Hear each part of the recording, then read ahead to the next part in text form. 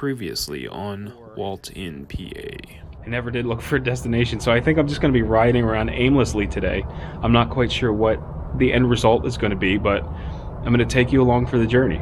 And I think we're going to start right here at this park, so sit tight.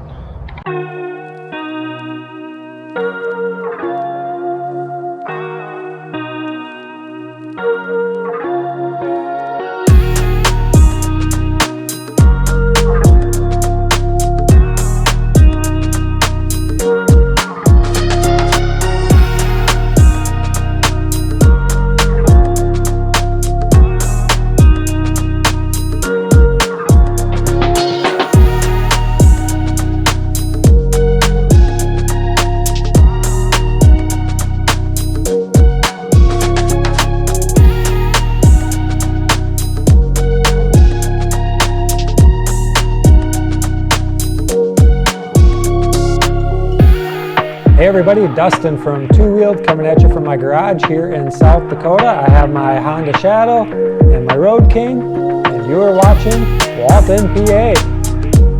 Peace out.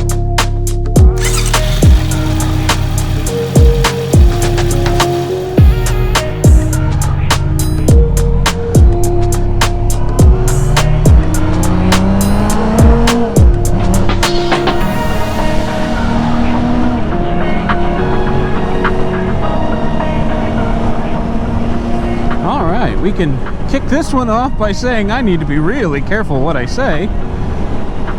Apparently voice commands can be quite touchy. So hello and welcome to another episode of WaltInPA. My name is Walt and this is, I don't know, part 3, perhaps even part 4 of today's Saturday Ride saga.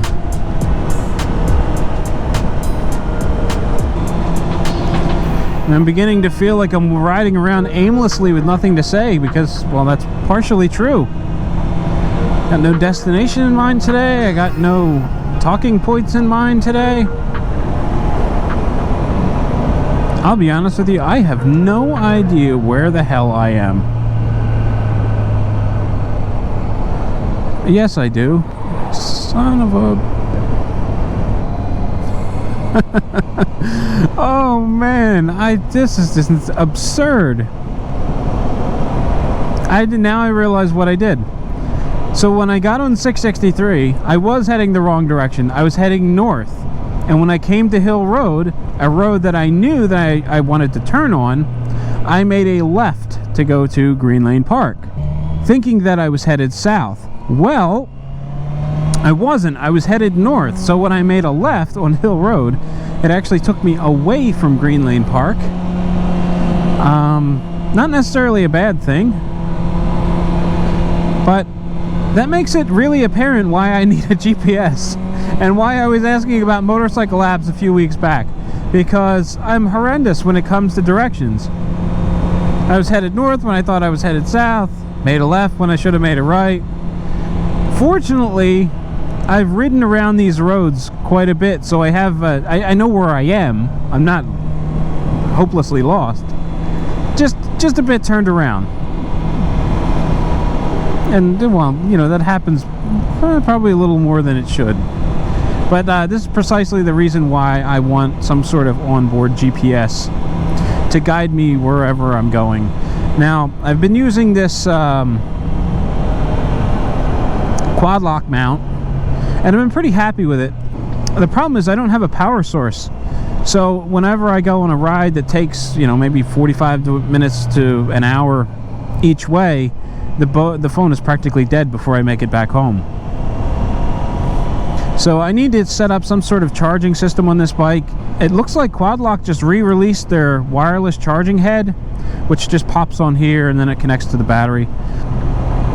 But I'm also a little concerned about this being a naked bike and having a high revving engine. I'm worried the vibrations may damage the phone. I don't always put it on here, but it's up there whenever I need a GPS. They make a vibration dampening head. However, I don't know if it's stackable, and that's probably a bad way to describe it. But I don't know if I can put the vibration dampening head on and then put a charging head on top of the vibration dampening head, or vice versa. You know, I don't know if I can stack the accessories, or if I'm stuck either having one or the other. Because, you know, I'm kind of between a rock and a hard place. If I need the vibration dampening, I have to do without the charger. But I kind of need the charger to enable to make the GPS worthwhile. So, you know, it's just, if I can't have both, it's not good.